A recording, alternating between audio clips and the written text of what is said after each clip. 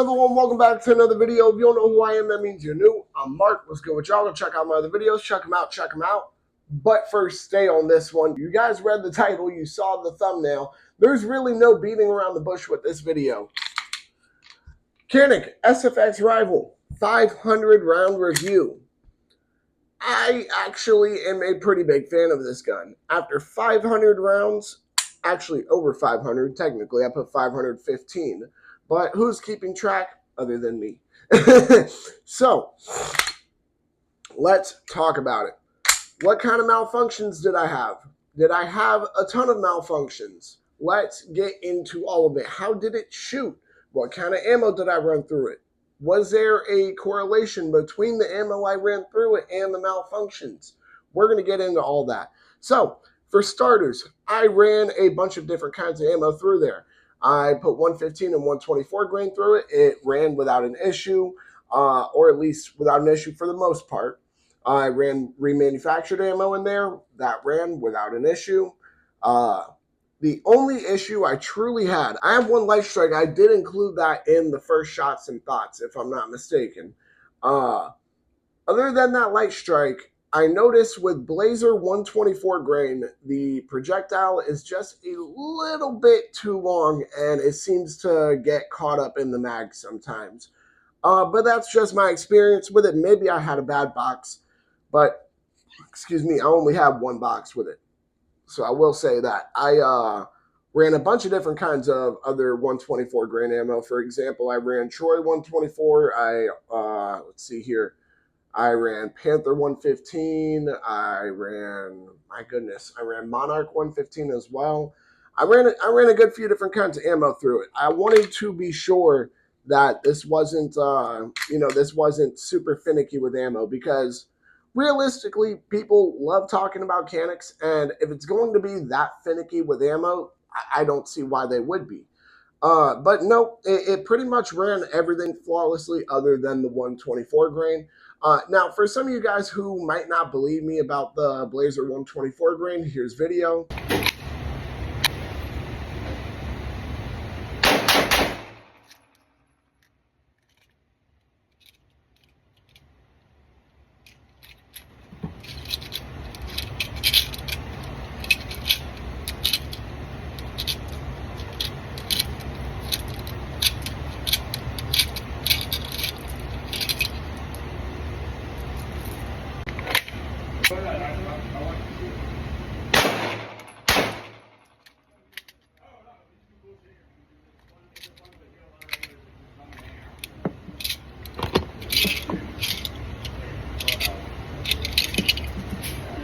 Other than that, though, we really didn't have any issues. I'm not going to lie to you. This was one of my, probably my best experience with a Turkish gun that I've ever had. I am pretty happy with the SFX Rival, especially the price that I got it at. For those of you guys who did not watch my first shots and thoughts video, check that out. But I do discuss how much I paid for it in that video.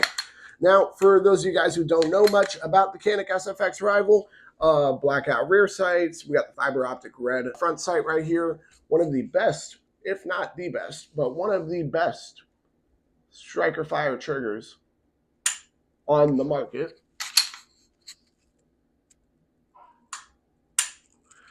Phenomenal. Pretty low recoil impulse, 18+1 capacity of 9mm. Now that I've gotten all the little specs of the gun out of the way, let's go ahead and talk about it. Oh, I'm sorry. 5-inch barrel. If I'm not mistaken, that's a 5-inch barrel. Let's get into it. How did the gun shoot? The gun shot phenomenally. I mean, I really had a great time shooting this gun. Slow shooting, like just sitting there, boom, just feeling the reset. It is amazing.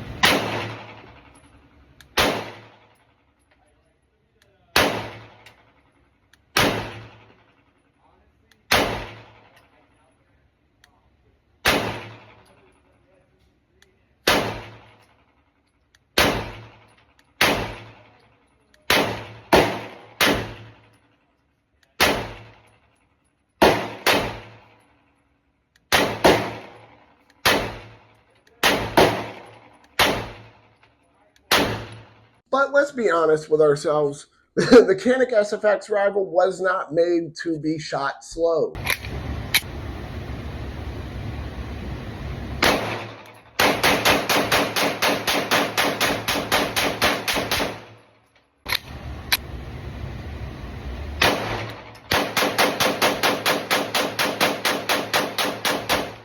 Let me know soon. But beyond just mag dumps, this gun is phenomenal when you want to do some drills, build drills.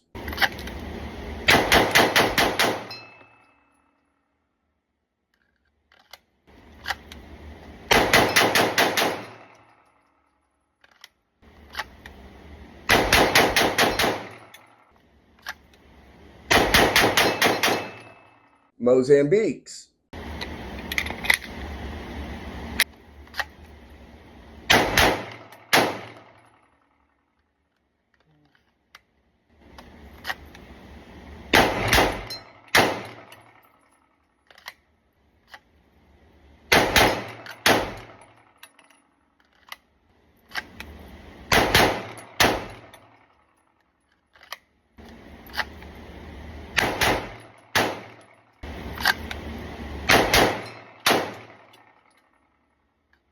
And even 1R1s.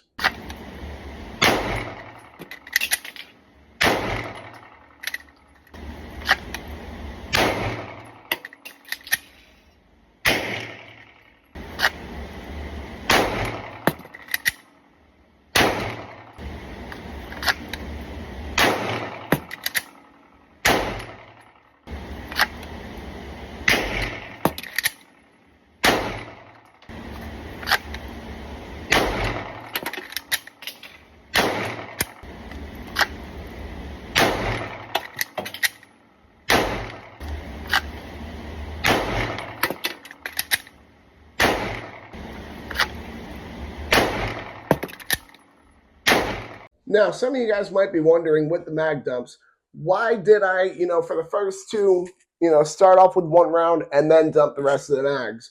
Well, that's because I took those videos of the mag dumps right after the issues with the mag and the Blazer 124 grain. So I was pretty cautious and like, I really hope it's not the mag that's the issue. But when I noticed that, hey, got through the first round fine, I just decided to dump the rest. So let that just clarify a couple things there. But moving on, other than the issue with the mag, overall this gun was pretty much a pleasure to shoot. I really like this gun. I can't wait to do a 1,000-round update on it. But now this begs the question.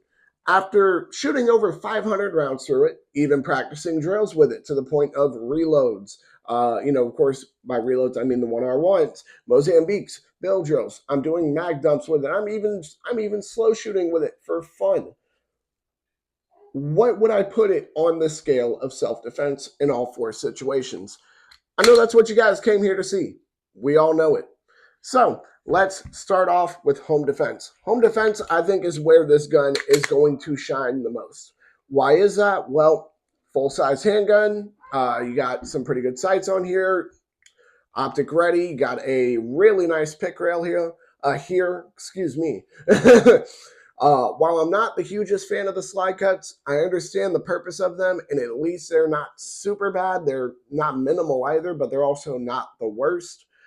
Phenomenal trigger, pretty reliable gun, a pretty good mag release button. As I mentioned before in the first shots and thoughts video, something I really like about this gun is that it doesn't just release the mag. It basically just gives it that extra kick out. You know what I mean? So really, you can do whatever you want with this gun when it comes to the aspect of home defense. You get a light on here, you can put a dot on here, you got a good capacity. If you really wanted to, I'm sure you could find a threaded barrel and throw a can on there, but don't hold me to that. Overall, you can do a really good job at defending your home with this handgun right here, and it's not exactly on the super expensive list either. Granted, I didn't pay sticker price, nor did I even pay dealer price. I paid less than. However, sticker price is, if I'm not mistaken, like $650, $700, something like that. That is not that bad of a price for this gun. Not super expensive, pretty reliable, and I mean, I don't know what else to tell you guys. This gun shot phenomenally, as you guys can see. So what would I give it on a scale of 1 to 10? What would the score be? For the Canik SFX Rival, when it comes to home defense, I'm going to have to give it probably a solid, I'd say 8.5 out of 10. Now, some of you guys might be wondering, why are you giving it an 8.5 out of 10 if it can do the job really well? Simply because of the fact that I haven't tested its reliability to an extent that I would really like to. If I had the ammo, I would not do a singular review until I hit about 2,500 rounds. At the moment, I don't have such ammo, so I make do with 500 rounds, and I make do with an 1,000 round update. If you don't find an issue within 1,000 rounds, that really sucks for you, to be honest, but I don't know what to tell you. However, I do think if there is an issue overall with the gun or with the platform itself, that you will find an issue within 500 rounds, if not 1,000. Now, moving on to concealed carry. This gun, while it has a great capacity of a really good round, and again, optics ready. You got a rail here so you can put a light on there. For concealed carry, I don't know. It's a pretty big gun to conceal carry. Now, I do have a inside the waistband holster for this gun. No, I did not go out of my way to buy it. It actually came with the gun when I bought it. But yeah, I would not want to carry this inside my waistband pretty much ever. I can't see a single situation where I find that useful at all. Now, that is just my personal opinion. I'm sure some people are going to be like, well, I carry my Canik SFX Rival all the time. It's my EDC. And hey, if you are, good on you, dude. I really just don't think this gun was made for that. So I'm not going to use it for that, to say the least. However, if you did, would it fail on you? No. No. And if you did have to, would you be screwed? No. I would actually argue that you would be at more of an advantage. However, it's just due to the fact that the size of the gun, you are not going to be able to conceal carry this effectively. And if you are, it's going to be extremely uncomfortable, just to say the least. So what would I give the Canik SFX Rival on a scale of 1 to 10? The score probably in this case is going to be I'm going to go with a 7 out of 10. The main reason why I say a 7 out of 10 is simply due to the fact that, one, it is a very, from my experience here, other than the issue with the mag, it is a very reliable gun. And the issue with the mag, again, boiled down to Blazer 124 grain ammo. And it ran other 124 grain ammo just fine.